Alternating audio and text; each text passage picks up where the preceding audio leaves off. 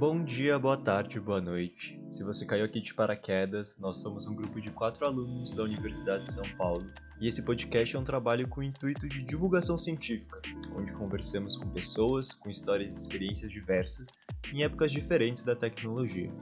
Nessa temporada de 3 episódios, vamos conversar com nosso professor e doutor em eletrônica, Simões. Além de nos ensinar bastante, ele conta um pouco sobre a sua vida acadêmica, um pouco da história no mercado de trabalho com sua empresa de automação e também sobre a ética na computação. Lembrando que todas nossas entrevistas foram feitas à distância por causa da pandemia. Aproveitem e espero que gostem da nossa conversa.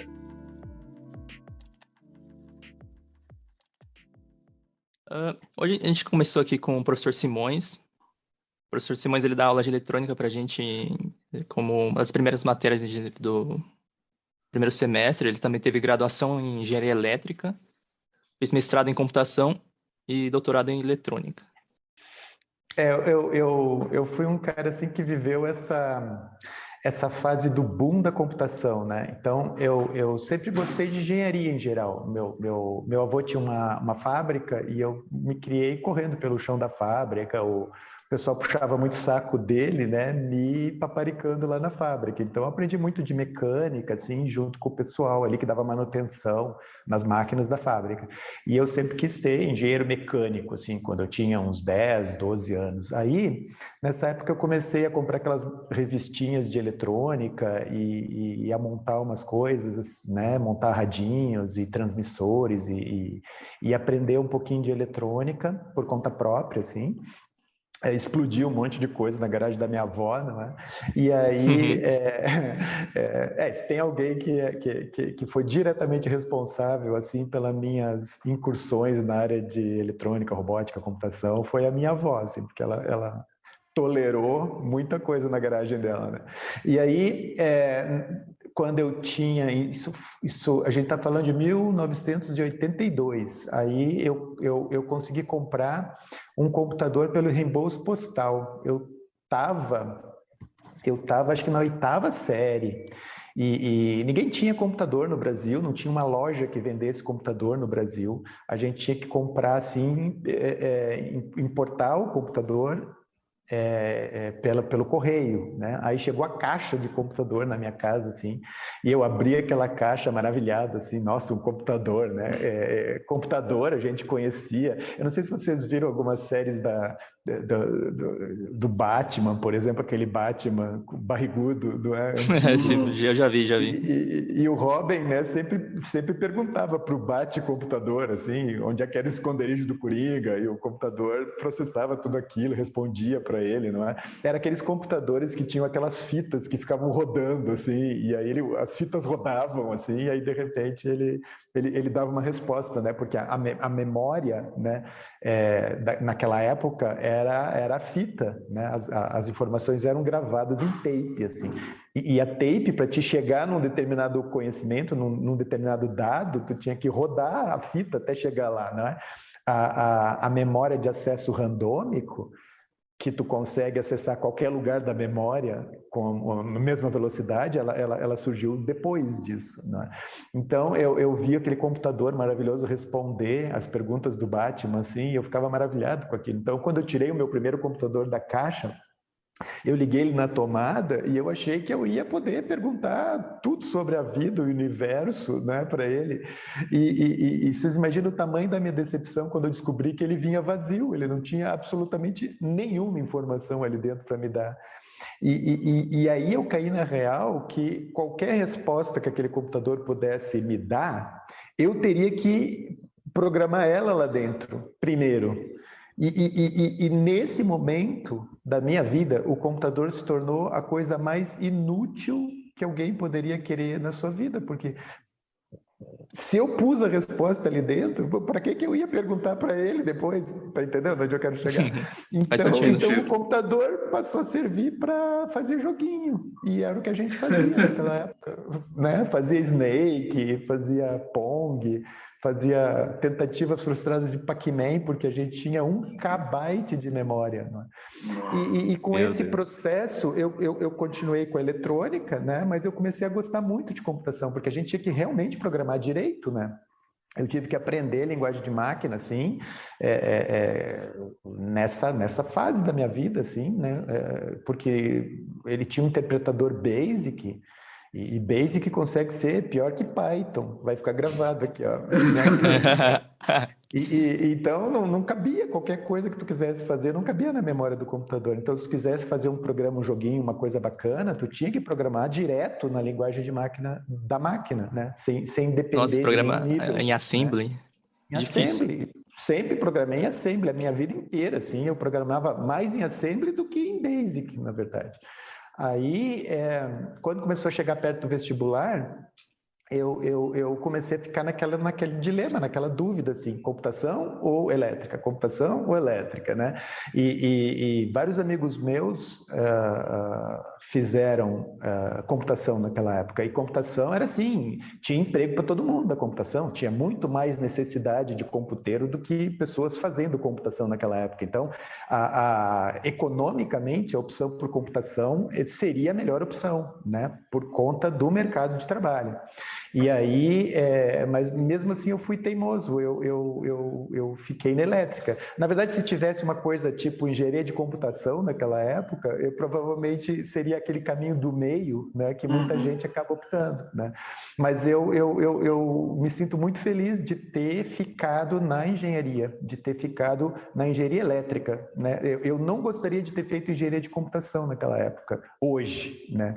E quando eu terminei em engenharia elétrica, eu imediatamente entrei no mestrado em computação, porque aí sim foi uma maneira de complementar, de trazer mais teoria da computação para a minha área. Então, eu sempre programei com GoTo, assim, que é uma coisa que engenheiro elétrico faz, né? Eu nunca tive, durante a minha graduação, a parte teórica da computação, isso me fez muita falta. Então, quando eu estudei arquitetura de computadores no meu mestrado, quando eu estudei estrutura de dados, quando eu aprendi a realmente fazer uma lista encadeada, assim, sabe? Isso fez muita diferença na minha capacidade como programador, né? Foi aí que você teve o primeiro contato com robótica em si, professor? Eu escolhi fazer doutorado em robótica porque eu já estava envolvido com robótica há algum tempo, não é? Eu comecei a fazer o meu mestrado. No final do primeiro ano de mestrado, eu fui convidado para participar de uma empresa, né? O termo startup não tinha sido inventado ainda, né? Mas a gente montou uma empresa para fazer software para automatizar empresas de cerâmica. E era eu e mais 2 colegas, né? E aí, sabe, tu vai lá, ajudo vocês, e aí de repente começou a dar certo, e aí de repente a gente começou a ganhar uma graninha legal, assim, e aí já deu para alugar uma sala, arrumar telefone, internet, né? E aí eu comecei quando? isso aí já era em 92, 93, 94. Internet já estava de uso assim comercial? Sim, eu fui uma das primeiras pessoas que eu conheço que tinha internet, assim, na minha família, né? Quem não era da área, assim, eu me lembro que o padrinho da minha irmã, que morava nos Estados Unidos, ele veio nos visitar uma vez e estava contando vantagem, assim, que ele tinha internet na casa dele, assim, né? E era o máximo, assim. Eu disse assim, me dá teu endereço, assim. Pô, como assim? Né? Assim, vocês também têm aqui? Eu tenho internet há 3 anos aqui em casa. Assim, meu Deus, assim, eu instalei mês passado na minha casa nos Estados Unidos, né? Quando eu terminei engenharia elétrica, né? Eu passei a pagar a mensalidade da Associação de Ex-Alunos da Federal do Rio Grande do Sul. E nessa associação, é tipo o CASO de lá, né? Eles tinham internet. Eu fiz, né, o membership justamente para poder ter internet. Através da universidade. Então, eu criei uma conta, e tu tinha que, obviamente, botar um modem na tua casa, conectado no teu telefone, ele tinha que discar para o telefone da universidade, aí, né, via modem, a gente tinha internet, sim, era o nosso produto que a gente vendia, era um sistema de controle, de automação, que o servidor da rede era um 386, para vocês terem uma ideia. Mas ele estava conectado na internet. E aí, da casa dele, o dono da fábrica podia, né, ligar o computador dele, se conectar na nossa rede, que ficava lá na fábrica, e ele via a produção das linhas de produção, assim, o gráfico era uma coisa assim de Mario, né? Mas tinha as linhazinhas, os azulejos passando, assim, né? A gente mostrava o quanto que estava produzindo, mostrava a umidade na argila, mostrava a pressão na prensa, mostrava as tintas, a qualidade da tinta que estava sendo usada para pintar os azulejos, o gráfico de temperatura do forno, tudo isso ele tinha acesso da sua casa via internet discada. Era 9.600 kbps, né? Kbits por segundo, né? Para você ter uma ideia da fibra ótica daquela época, como é que era. Né? Professor, aproveitando que você começou a falar da internet, tem uma pergunta que eu gosto de fazer, que é tipo assim, se durante sua adolescência, assim, ou na época que você era bicho, alguém te falasse, daqui 30 anos, 40 anos, você vai conseguir fazer uma chamada de vídeo instantaneamente com qualquer pessoa em qualquer lugar do planeta, de graça. Tipo, o que você ia pensar dessa pessoa, assim? Bom, diferente do público em geral, né? Eu sonhava com isso. A gente assistia Star Trek, Star Wars, a gente, né, estava envolvido com toda aquela ficção científica dos Blade Runner da vida. Então, aquilo era parte da minha imaginação, né? Então tipo, chamada de vídeo era sci-fi. Era sci-fi total, né? Aquela coisa de tu ter o relógio que tu falava, né, no relógio, a pessoa ouvia, nossa, era uma coisa assim, totalmente ficção científica, mas dentro da minha perspectiva como engenheiro, como computeiro, como projetista, justamente desse tipo de sistema, eu sabia que mais cedo ou mais tarde a gente ia ter isso. Eu não sabia que ia chegar tão rápido, na verdade. Mas porque a gente, né, mesmo hoje, né, em 2036 os caras estão querendo pousar em Marte. Pô, 2036 é tipo 10 anos para frente, tá entendendo? Assim, né? Se tu pensar, tá muito perto, né? Sim.